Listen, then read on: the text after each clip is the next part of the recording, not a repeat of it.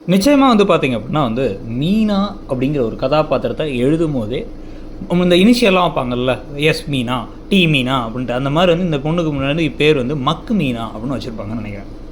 Character define பண்ணும்போதே கொஞ்சம் மக்கா ஒரு பொண்ணு, எப்படிலாம் இருக்க வேணாமோ அப்படிலாம் இருந்துட்டு ரொம்ப நல்லவங்களாக இருக்கேன் நான் அப்படின்னு காமிச்சிக்கிறது.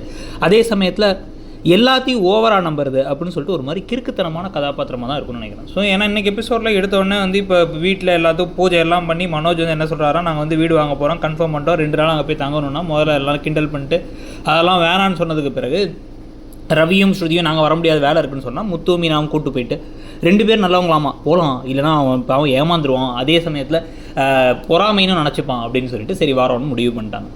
முடிவு பண்ணதுக்கு பிறகு ஏதோ கிண்டல்லாம் பண்ணி சர்க்கரையெல்லாம் வச்சு சிரித்து கிண்டல் பண்ணி முடித்ததுக்கு பிறகு தான் வந்து பார்த்திங்கன்னா இப்போ கோயிலில் போயிட்டு அந்த இதை முதல் அட்வான்ஸ் 5 லட்ச ரூபாய் கொடுக்க போகிறோன்னு கிளம்பி போகிறாங்க ரோஹிணியும் மனோஜும்.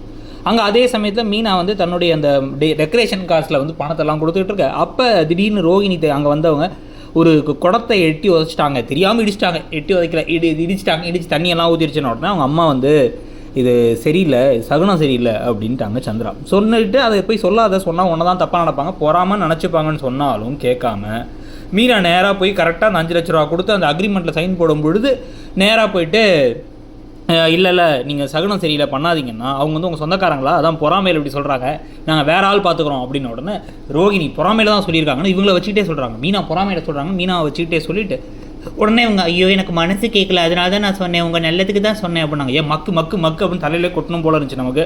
ஆனால் இன்னொரு ஆர்டர், டெக்கரேஷன் ஆர்டர் கிடச்சிருக்கு. நீங்கள் என்ன நினைக்கிறீங்க?